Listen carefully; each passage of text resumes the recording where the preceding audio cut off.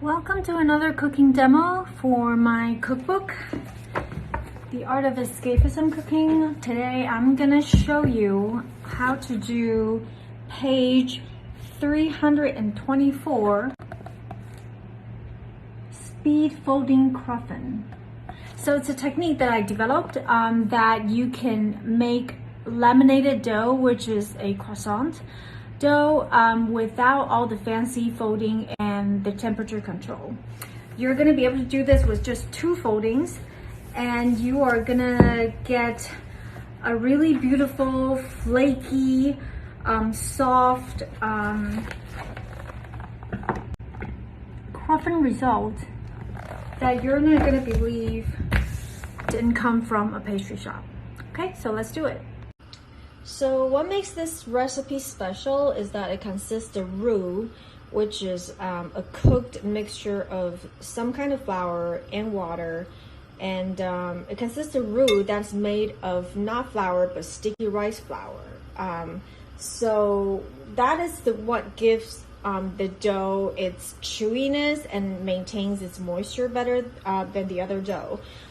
In the cookbook, I told people to cook the roux with the sticky flour with the water on the stovetop, but I realized later on, after the book is published, that you can actually do this directly in the stand mixer, so I apologize for that. So that's what I'm going to do right now. I'm going to add a cup of water in there, and the hot water, the boiling water, is actually going to coat the sticky rice immediately without the stovetop. Okay? So simply pour the boiling water. It has to be boiling water into the sticky rice flour mixture, and then you just turn on your mixer on low. My mixer is actually broken, and this is the slowest setting it can go, but just turn it on low, and it's gonna slowly mix the boiling water together with the sticky rice flour while cooking it, and it's going to become this glob of opaque goo later on. Okay, now you can see that it's cooled down, and it's gonna look like this weird glob of glue. Goo. And now you add your egg and the flour, sugar, yeast, and salt all at once.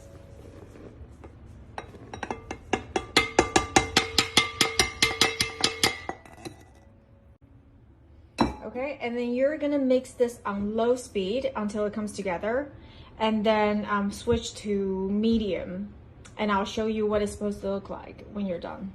1 tablespoon of butter, and you're gonna put that back on and keep mixing for another 7 to 8 to 10 minutes, and I'll show you what the dough is supposed to, the right consistency when it's done.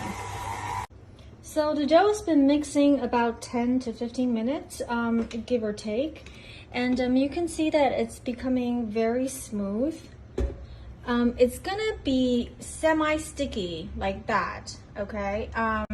But it's not, when you touch it, it shouldn't stick to your hand, okay? And it should be very smooth and elastic. So there, you should be able to stretch it slowly into like a thin membrane that the light can pass through without it tearing. So that's when you know your dough is ready.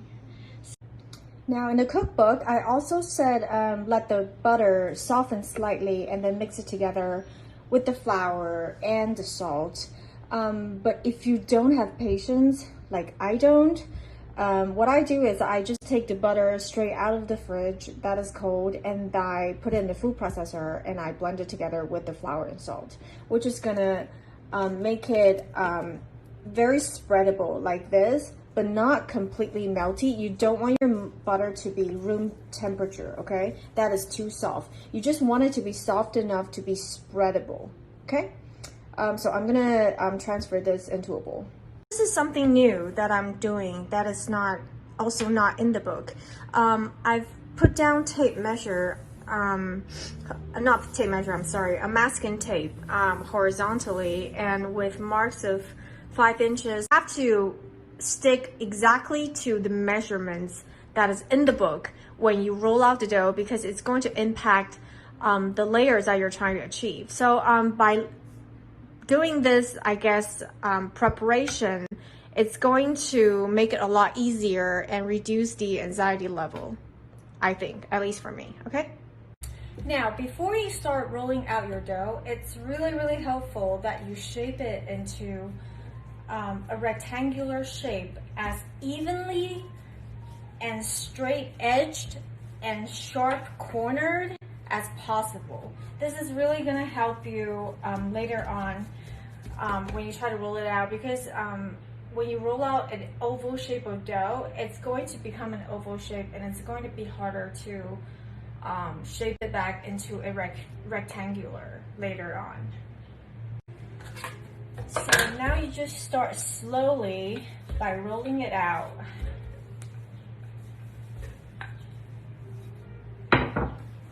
Place the dough in the middle part, because you're going to stretch it out in all 4 directions. And this dough has a lot of elasticity, so it's gonna fight you, but don't worry, just go slowly. There's no time sensitivity here, so if you feel like the dough wants to contract and wants to go back to its original shape, just give it 5 minutes, let it relax a little bit, and then continue. Okay, there's no rush here. And to help you stretch out the dough, put your hand on one end and then push the roller out towards the other direction to stretch it out, because again, this dough is very elastic, it's gonna fight you. As you can see, I've rolled the dough out to vertically 10 inches and horizontally 30 inches. You can see that it's not the perfect shape, but you know, don't worry about that. You know, just as long as it's relatively a rectangular of the right size. And now you're going to add the butter in dollops first, okay, evenly spread out, leaving about an inch or half an inch of margin on the side. Okay, I'm going to show you what it looks like when I'm done.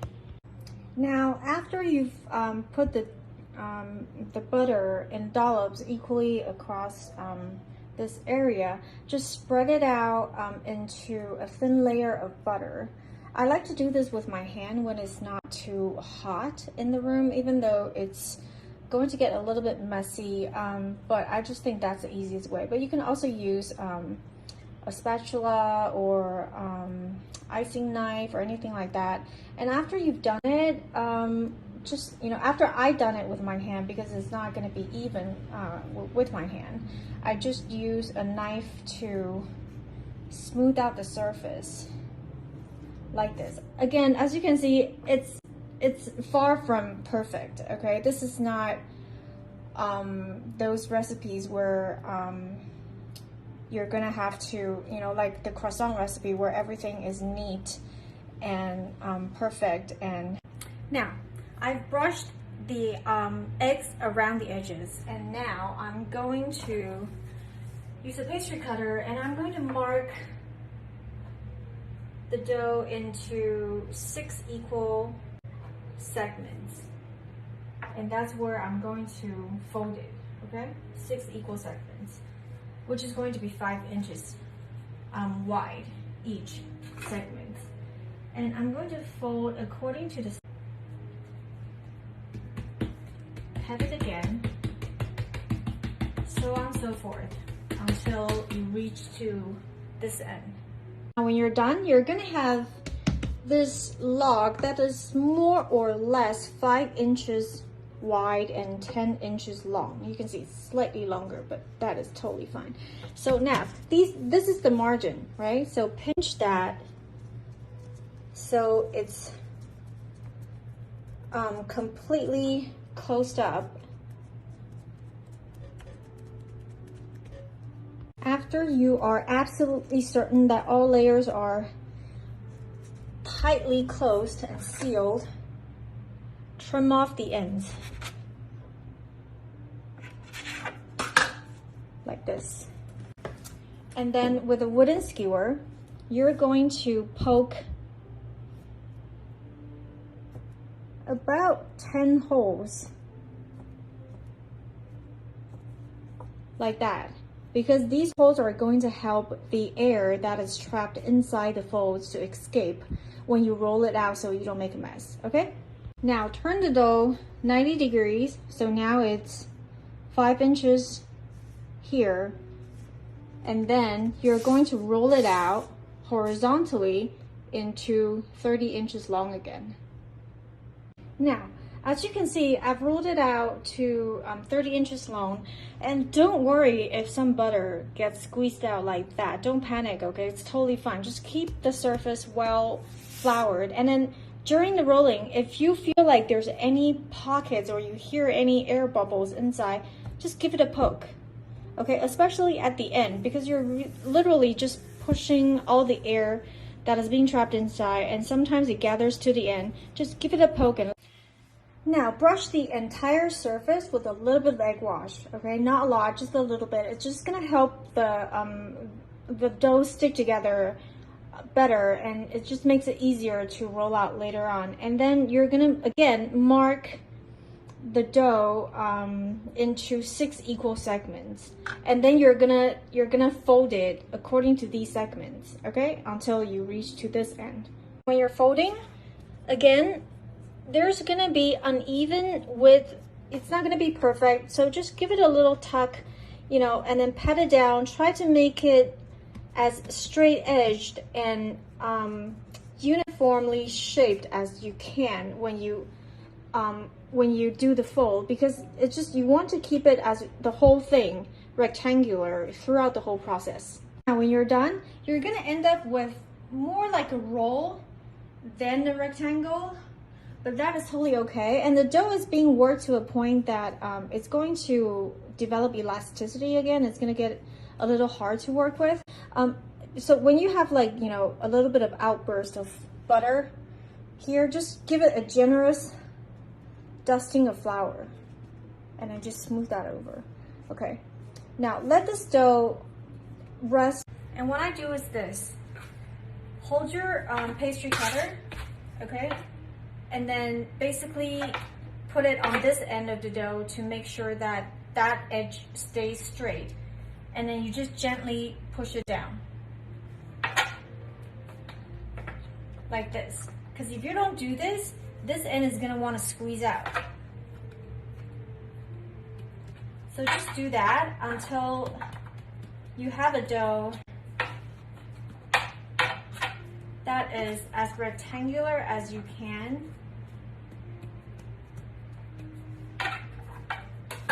And it's about 5 inches wide, and about, once you've done that, put your dough into a pan like this, and then make sure that it's well floured top and bottom, and then put the plastic wrap on top.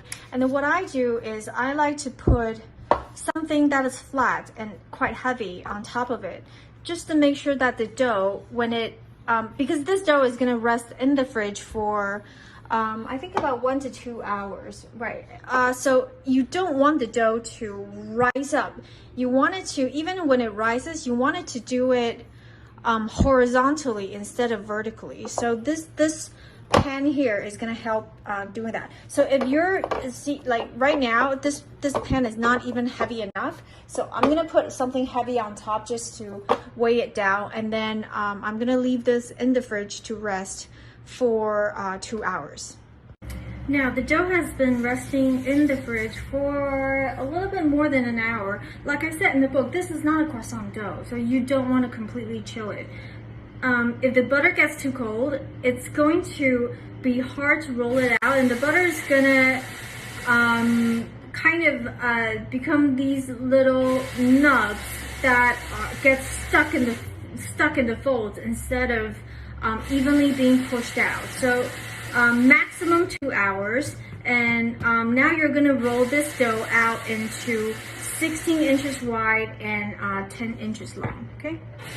Now you can see it's relatively about 10 by 16 inches, and it's not the perfect square, as you can see, but it's okay, do your best. And if you have, you know, comes into any air bubbles like this, please feel free to just poke it, especially at the end, okay? When you roll it out, air bubbles are gonna be pushed to the side.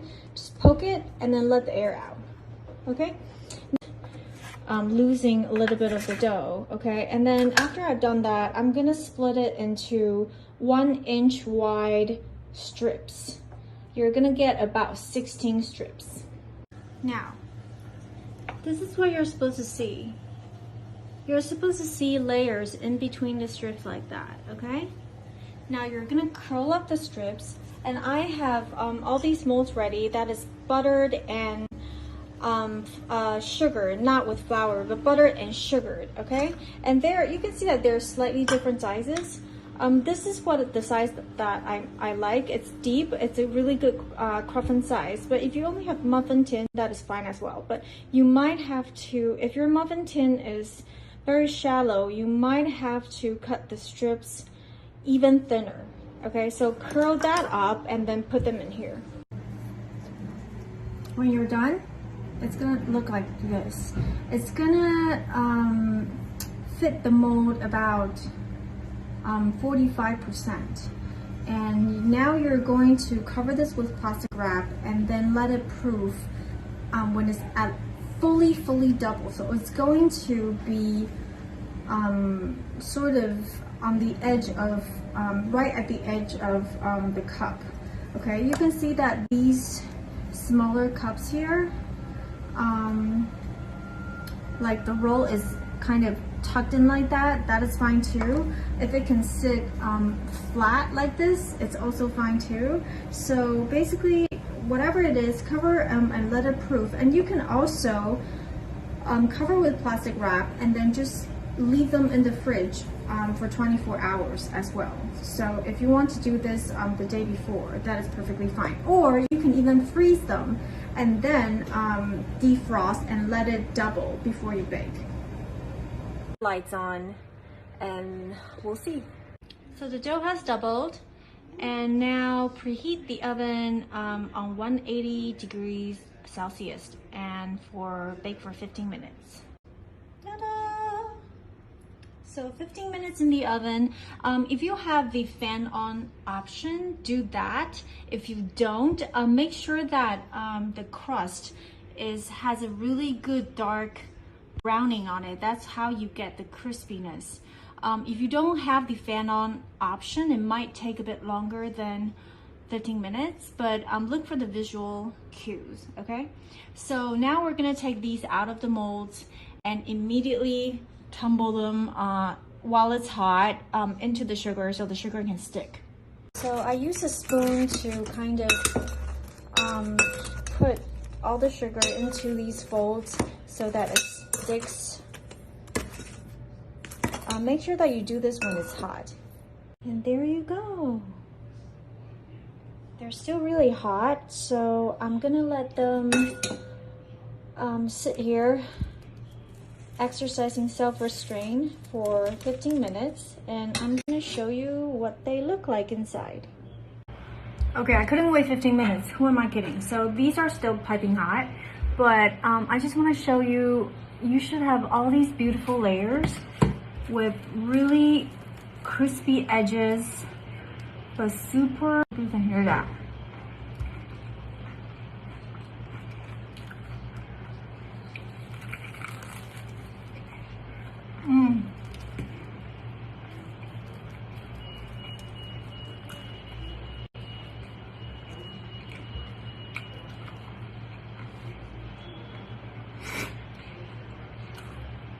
Without all of the fancy folding technique,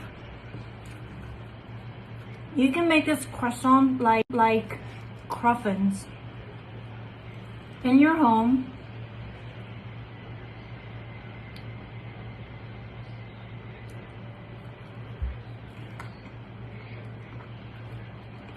That tastes just as good as anything that you get out of a pastry shop. So, in the cookbook, I fill these with salted egg yolk pastry cream. I'm not gonna do the demo for that because you can literally fill any pastry cream that you like into these. So